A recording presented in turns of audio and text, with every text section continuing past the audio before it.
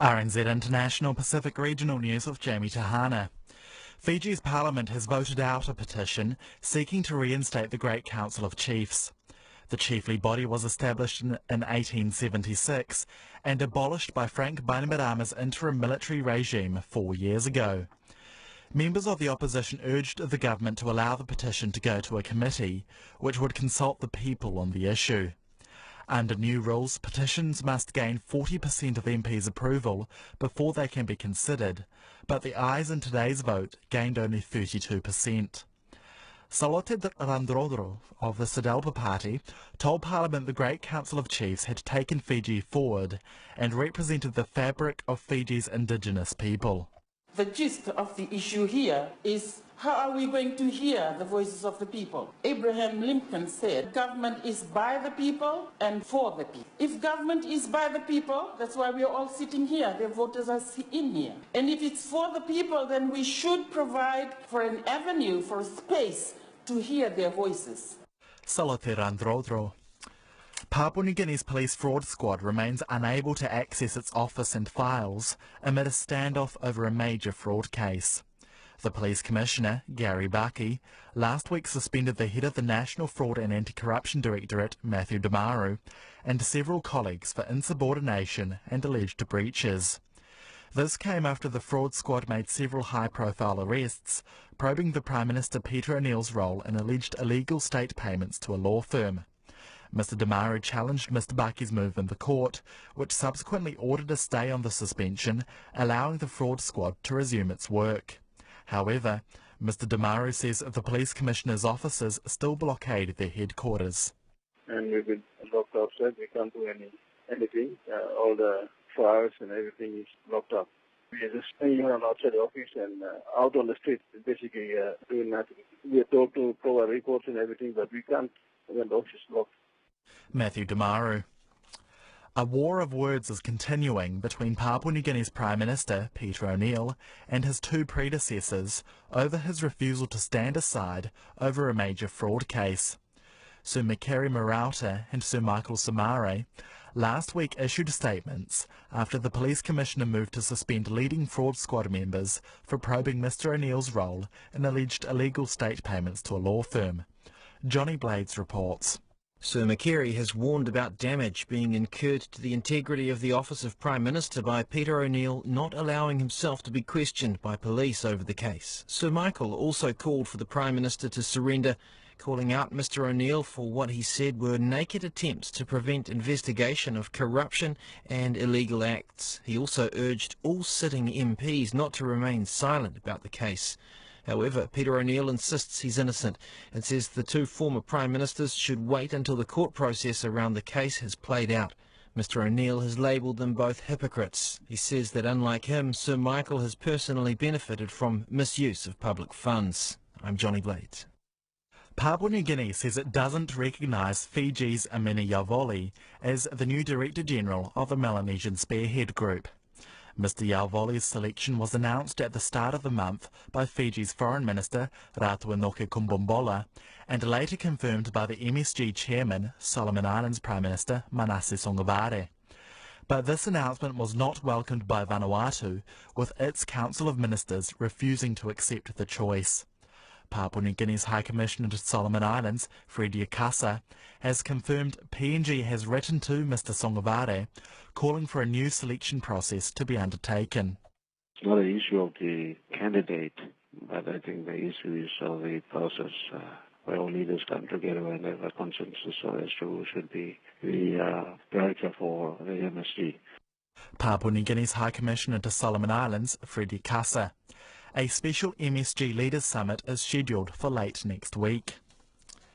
French media reports say the government will lend $330 million to stave off the collapse of New Caledonia's loss-making SLN nickel company.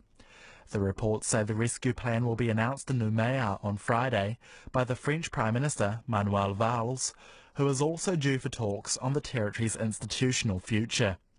The terms of the loan are reportedly still under discussion, but the reports say the funds should allow SLN to restructure its operations on the condition that none of its 3,000 employees be laid off for 2 years. Talks in Paris between the government and SLN's parent company, Eramet, were reportedly deadlocked, which triggered the initiative to lend SLN the funds. SLN, which has been the territory's main employer, has been losing more than $20 million a month since the recent sharp drop in commodity prices. The French High Commissioner in New Caledonia has turned to the Supreme Court in Paris to challenge the removal of 43 voters from the territory's role for provincial elections.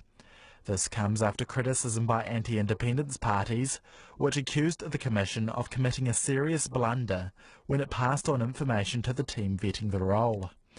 The makeup of the role is contentious, as the pro-independence movement has accused the authorities of allowing thousands of people to be enrolled, despite them failing to meet the residency requirements.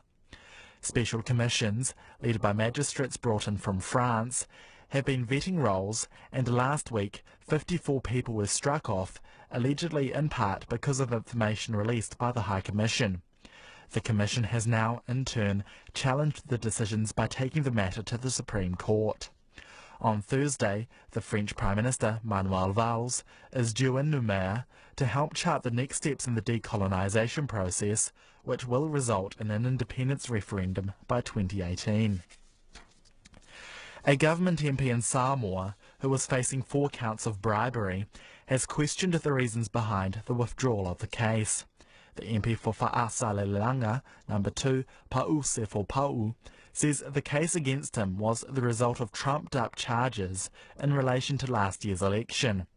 The ruling HRPP MP says the recently passed Electoral Act rules that private prosecution cases must continue once they have commenced and not be withdrawn.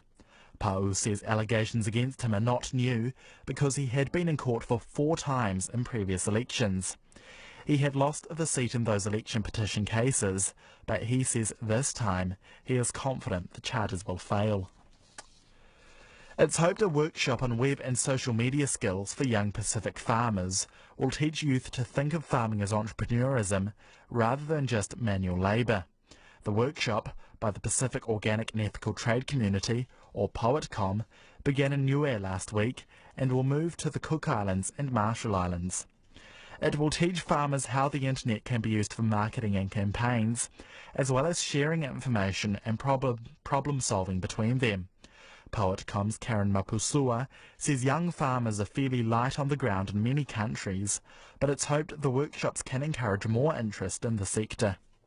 So often we hear that, agriculture is what you do if you can't get into university, but this is really saying that to be a farmer you need all these other skills and competencies as well. So by lifting agriculture to that level where it belongs, and I think we'll bring a change and bring some younger people back into the industry that's so important. Karen Mapusua says if the trend of ageing farmers continues, then there will be real concerns about food security in some island countries. And that's Pacific Regional News from RNZ International.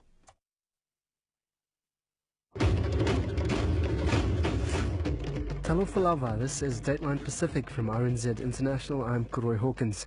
Today, Fiji Parliament votes out petition to reinstate Great Council of Chiefs. Indonesia police admit to using torture. Young Pacific farmers hailed as entrepreneurs. A new study reveals wage gaps that have been described as economic apartheid. And former Cook Islands Deputy PM says some foreign workers are being treated like slaves. Fiji's parliament has voted out a petition seeking to reinstate the Great Council of Chiefs. It was the first test of new parliamentary rules brought in earlier this year.